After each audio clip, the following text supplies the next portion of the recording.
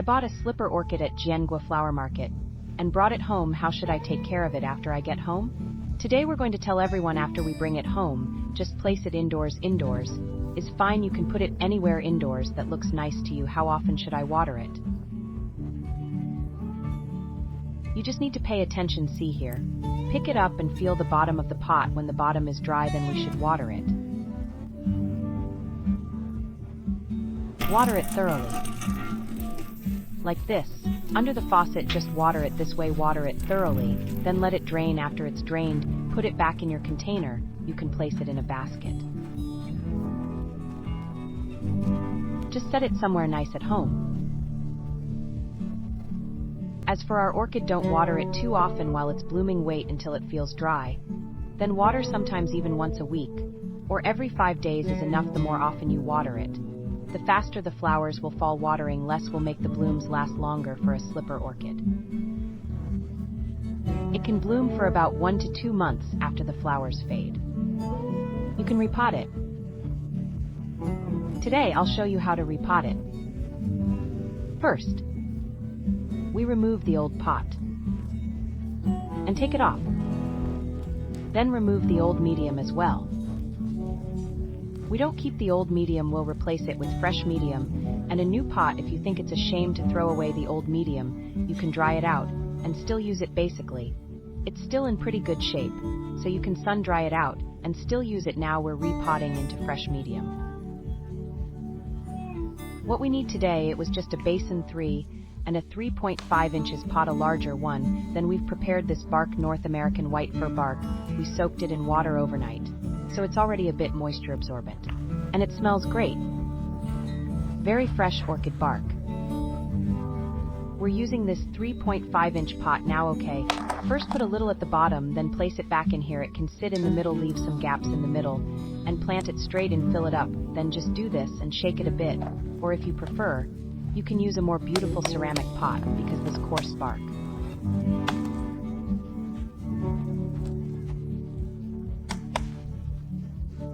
Has a chunkier texture. We add a little fine bark on top. For this fine bark, we did the same thing.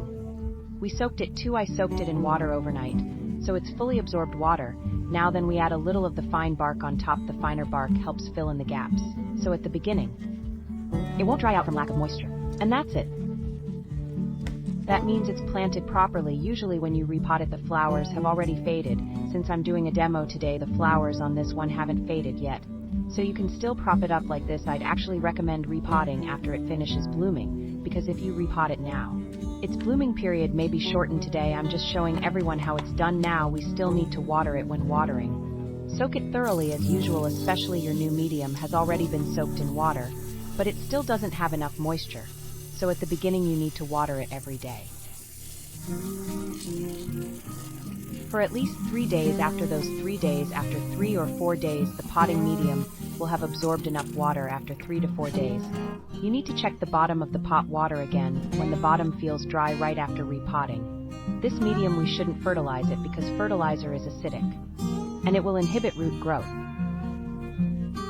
After we repot it, it gets fresh medium and more air around the roots. It'll start growing new roots very quickly. Once those roots come out about a month later, it will have grown a lot of new roots. That's when we can start fertilizing. Then we can use this for orchids. We use slow release fertilizer. This is brand name Kamos fertilizer. For a pot like this, a 3.5 inch pot, you can only put in about 40 pellets. For a 3-inch pot, 30 pellets, and for this 3.5 inch pot we can put in about 40 pellets. You can't put in too much. If you add too much, it'll make the soil too acidic. This kind of slow release fertilizer lasts 180 days. It has an even balance of nitrogen, phosphorus, and potassium. So just count them: 1, 2, 3.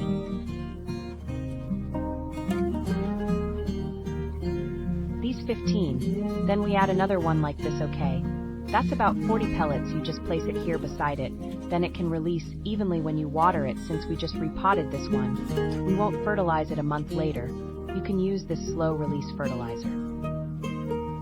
We can also still use it as decoration like this. You can put it somewhere nice and pretty. Our plant has grown really big. Once it's that big, then how do we divide it?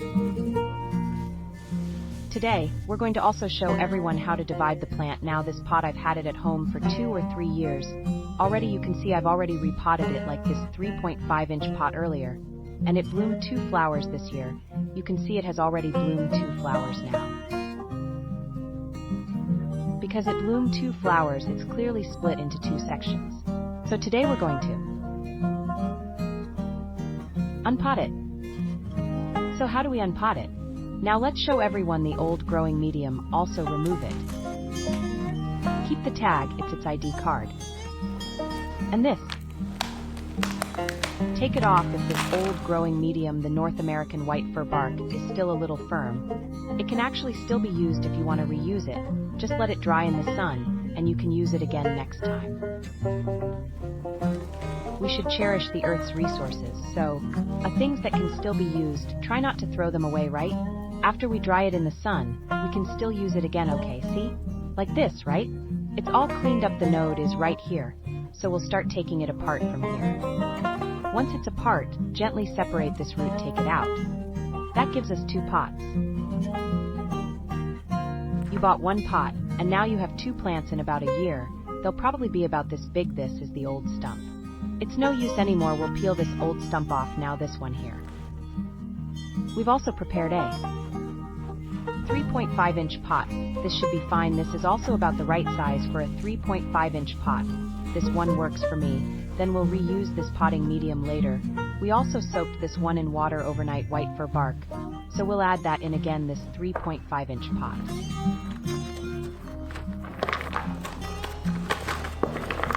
After filling it level, we still need to tap it a bit to make it firm. And then add a little fine stuff, same as the fine bark. We also soaked the fine bark overnight. Add a little on top, squeeze it a bit. And see if the gaps are filled, make sure all those gaps are fully filled. That should do it. I usually repot it after the flowers fade, but since we're showing everyone today.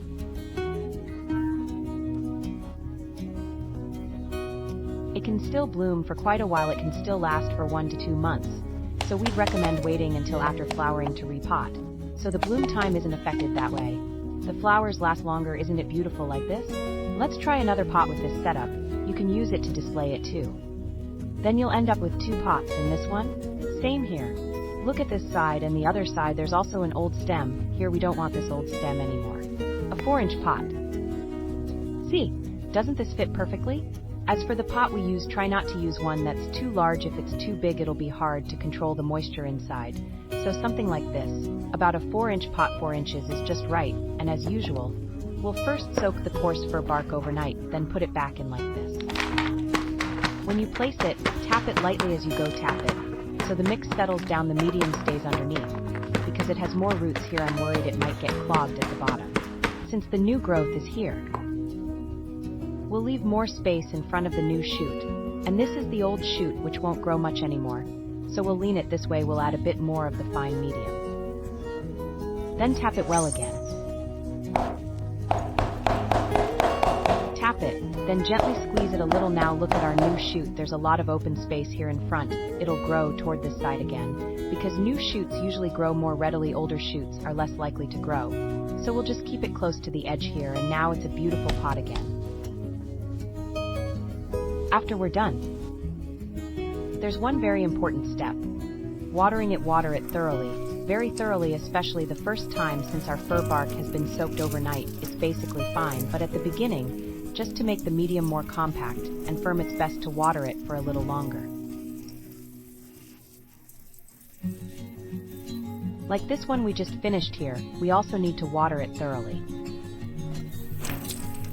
Then next, for the first 3 days, it's best to water it every day and soak it really, really well. Now we've split it into 2 already, and it looks very beautiful, of course. Since the flowers haven't faded, yet we just keep it indoors. After the flowers fade, where should you place the plant? You should put it on an east-facing balcony. Remember, the morning sun is very good for it, and very helpful. Don't put it where it gets afternoon sun, or in the midday sun. These orchids all hate strong sun. If you put it in the midday sun, or afternoon sun, its leaves will get scorched. So you have to place it on an east-facing balcony. The morning sun is very good for it. It can get nice sunlight. and then it will grow very well. And then remember, after about a month, when the roots grow out, remember to fertilize it with slow-release fertilizer that lasts 180 days. When you water it, the plants will absorb the fertilizer. After you water it, it will release fertilizer for the plant to use. So it will grow really beautifully, and it's the 180-day type. The fertilizer we keep 6 months. So after 6 months, you can fertilize it again, then just wait for it to bloom. It'll keep getting prettier. As it grows, I'm sure you'll get it to bloom. Be sure to share it with us.